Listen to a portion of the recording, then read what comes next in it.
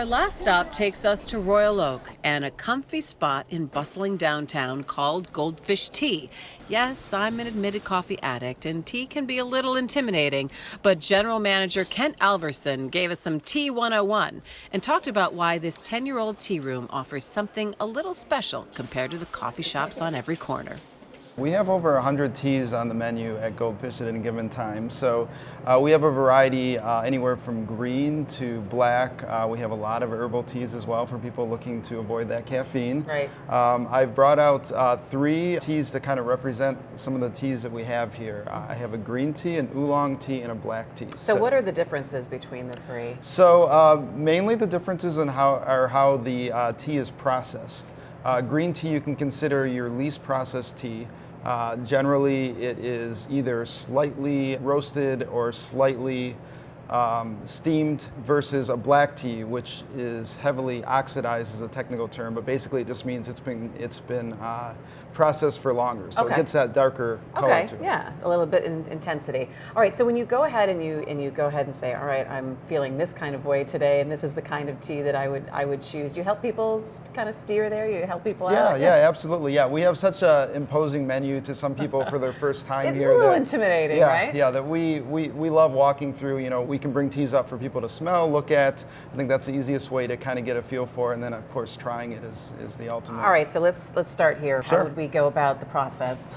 Sure. So this is green tea. This is a tea called Kasyun. It's from the Shiga province, which is actually the sister prefecture to Michigan. So it's like the sister state to Michigan. Oh, really? That's nice. It's really light. So it's going to taste a bit grassier, but it also has a really beautiful flavor to it. That's very, very nice. All right, move us on to the next one. What do we have? So the second tea is an oolong. This is Tieguanyin. It's from China. The thing you'll notice about oolongs is that most of them are rolled. So that's an extra process they do for those, where they lock in certain flavors with that. All right, cheers. It's a little bit of a deeper flavor. I think I like the green tea a little bit better on this. So that's good though. That's good. So our final tea is a black tea, and when most people think of black teas, you might be thinking of some of the more mass-produced teas, which generally are grown in India in a lower-grade tea leaf.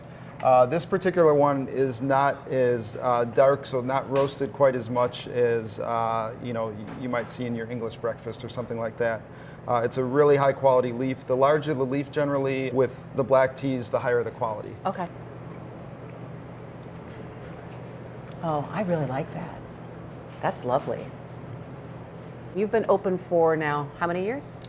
Goldfish has been here for about 10 years. For about 10 years. Have you seen clientele kind of change, or would you say that tea is picking up in more popularity, even though it's been around for thousands of years? Right. Yeah, no, I think in the United States it definitely has picked up in popularity. A lot of people are continually discovering it though, so that's what's great is, people say, well, I like coffee, but I don't like the jittery feeling it gives me when I drink it. Well, tea releases the caffeine a bit more slowly, and most tea doesn't have quite the level of caffeine as coffee. So you can do extra steepings on it, a second, a third steeping. That's the other great thing about tea. And each one tastes different. So a lot of teas actually taste better on the second or third steeping. So it's worth sitting down, enjoying the tea, and trying the different steepings. Well, thanks so much for having us. So now I feel like I know a little bit more about tea. Would you tell people, don't be intimidated by tea?